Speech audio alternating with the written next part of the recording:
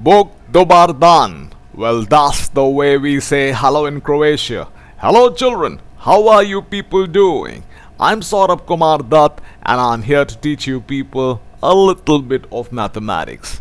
Now, children, this is the fifth lecture of permutations. I'm sure the earlier four lectures you must have watched intently. Now, in this lecture, we are going to look up two formulae, and after which we'll be looking up certain sums on it. Now, the first formula is when a particular object never comes in the permutations. So now discussing about the first formula, when a particular object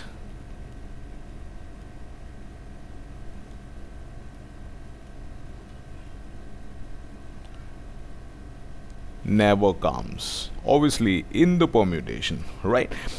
So that, children, is given by, as it is never to be taken, so obviously the number of entities reduced by 1. And if you talk about the number of entities with the help of which we've got to form the arrangements, that obviously will remain to be R, right? So as such, n minus 1 PR will become the number of permutations which are possible out of n objects, such that R objects are to be taken at a time. And since one object is never to be taken, as such, we will reduce the total number by 1, right? Next, now, children, we'll be talking about another case when a particular object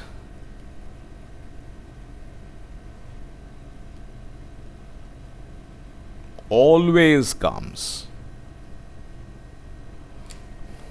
obviously in the permutations. So here, children, as that object is going to come always, so obviously it is going to be there in every arrangement. Now it can obviously take R different places in the different permutations. So as such, it can occupy R different places, and thus we will have a R here, which is going to be multiplied with the number of permutations which are possible with the others, as the multiplication principle applies here. So now, as one object has already been taken out, so obviously the total number is reduced by 1. Then we talk about the permutations, and now as one object has already been taken out and it is going to be there in every arrangement, as such, now we reduce the number of objects which are also to be arranged to be R minus 1, right? Now, children, we will quickly discuss both of these formulae once more for better understanding. When a particular object never comes, then the number of permutations which are possible will be such that the total number is going to be reduced by 1. As such, that object never comes. Then, as the places are R, so obviously out of these n minus 1 objects, now we've got to choose R objects so that they can form different arrangements, right? Now the next formula is when a particular object always comes. So if it always comes, then obviously it will occupy R different places, the first position, the second position, the third position, and so on, right? And then the total number of objects will thus be reduced by 1, and that is why we have n minus 1 here, because 1 has already been taken out to be coming always. Now the number of permutations have to be formed with 1 less than the number of different places. So as such, the number of different places that we have also reduces by 1, that is R minus 1. So R, when multiplied with n minus 1 PR minus 1, where the permutation notation is going to be used, right, then we will get the number of arrangements or the number of permutations of n distinct objects. So is this clear, everybody? Mizan? Good. Now, children, after this I have a sum for you people. Quickly give it a try, after which I'll be discussing the sum with you people.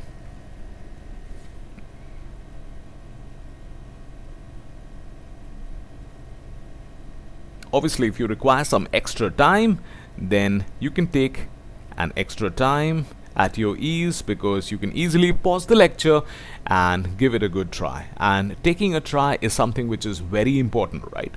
Okay. Now, children, we will be discussing the sum. So Delhi's license plate consists of 8 entities, right? That is 8 different places in the number. A D followed by an alphabet. So the first place is going to be occupied by a D. So we will first make all of these different places. So these are 4 places, now 4 more, right? So as such, now these are the 8 places which are to be occupied for the license plate. Now the first is D, so now we write the first to be occupied by D. As such, this is not going to change, and this will thus not help us in finding the number of arrangements or the number of permutations for the different license plates which are possible. Next, followed by an alphabet. As we know that there are 26 alphabets where D also can be included. There is no such stipulation as D cannot be included, so we will include D even among the different choices that we can be having to form the permutations for the second place. Now for the second place, now there are 26 alphabets, as we just have to talk about one with which we've got to form the arrangements, so the value of R will also become equal to 1, right? So as such, here we will now have this to be 26P1. So that is the way by means of which we can form a permutation of 26 different objects taken just one at a time. Next, now this is to be followed by a numeral from 1 to 4, as again we have 4 numerals among which we've got to talk about just one and form permutations with it. So obviously that can be done by 4P1 ways, right?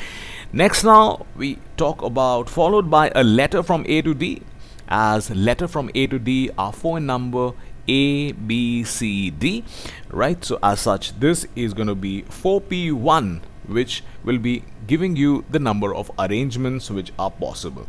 Now we talk about the next place, followed by a 4-digit non-zero number. Now remember children, a non-zero number is such a number which in all becomes 0. For that matter, let us now talk about a number which is 5-digited, like say 45093, right? Now here, although a 0 has come, but then this is not going to be said to be a non-zero number. A non-zero number will be one such which is something like this rather, right? Because this 0 doesn't matter in the non-zero number. A 0 number will be one such which will have all the numbers to be 0, because the value of this will become equal to 0, right? So as this 0 doesn't make the number to be a 0, so this is as such a non-zero number. So 45093, for that matter, any such type of a number which doesn't make the number as a whole to be 0 will be said to be a non-zero number, right? So here thus we've got to avoid those places as such here. Now we talk about a specific type of principle that we can use to find out the number of permutations that are possible. That is, first we will now find out all the different type of possibilities which are possible. So here thus we will talk about all the digits from 0 to 9. Obviously they will be 10 in number. As such, now we will have 10P1, which is how we can write the first place, including 0 to be coming here. Then we will talk about again 10P1, then 10P1 and 10P1. That is, all of the 10 digits can come here. This is how you can form all the number plates, right? So here we will say that is how all number plates are possible, including 0 as the last 4 digits, or rather zeros as the last 4 digits, because when there are 4 zeros, finally it will come to be a single zero, because 4 zeros or as many zeros you write without any other number means that it will become a zero value, right? So now next what we do is, this is the total number of permutations which are possible, and since here children the multiplication principle will be applicable here, as such what you'll do is you will put up a multiplication sign between all of this, right, to be able to get to all the permutations which are possible, right?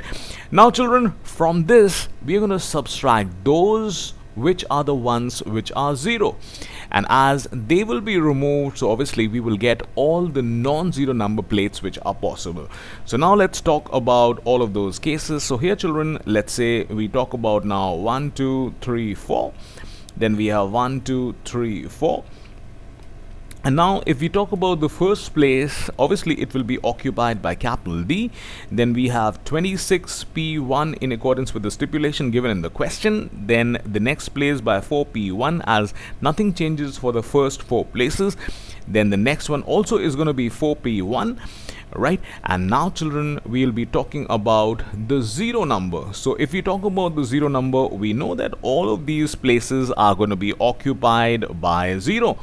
If they are to be occupied by 0, so obviously out of 1 we've got to choose just 1 to form permutation. So as such, the place which is the 5th place is going to be occupied by 1p1 type of values. Similarly, if we talk about the next one, it will be 1p1. The next one is also going to be 1p1, and lastly also we have 1p1, right?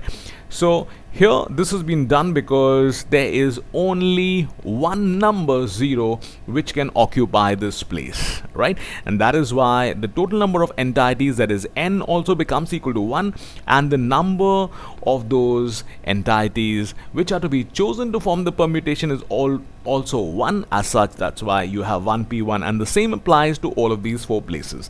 Now again we will put up a multiplication sign in between, right, which will show that the method of multiplication is going to apply to all of this. So here children, we will now find out the value of all of this, and thus we now go ahead with writing a little description about this also. That is how, and obviously there is to be a subtraction between these, so that's why we will have to put up a minus sign. Is how all license plates with 0 at the 4 last places are possible. Right now children, we will subtract both of these cases to get to our final answer, which will now become equal to 26 into 4 into 4 into 10 into 10 into 10 into 10, from which we now subtract 26 into 4 into 4, and further we have 1 into 1 into 1 into 1, right? Now we find that out of all of this we have 26 into 4 into 4 to be common, and then we have 10 raised to the power 4, from which we will subtract 1, right? And thus we will get this to be 26 to be multiplied with 16, and further which is to be multiplied with 9999 to give us our final answer, right? Now children, we will do this multiplication. So first we have now 26 into 16. So 26 into 16 is to be multiplied together. So now we have 6 6 is 36, 3 remainder, 6 to the 12 and 3 is 15, and then we have here 1 6 is 6 and 1 2 is 2, right? Now further we have here, we are going to write this 2 underneath 1 so that there is no confusion. And further now we have 6, 5 and 6 is 11, 1 remainder, 2 and 1 3 is 1 is 4, right? So we have 416, which requires to be multiplied with 9999, right? Now when we have to multiply both of these, then we get to 9 6 is 54, 5 remainder, 9 was a 9, 9 and 5 is 14, 1 remainder. Now 9 4 is 36, 36 and 1 is 37, so we have 3744, right? So here we have 9 6 is 54, 5 remainder, 9 1 is 9, 9 5 is 14. Okay, fine. Now further we will write the same by just shifting a place. So we now have 4 4 7 3. Next again we're going to write the same, that is 4 4 7 3. As in all of these cases we are just multiplying by 9, so we can just do that. 4 4 7 3.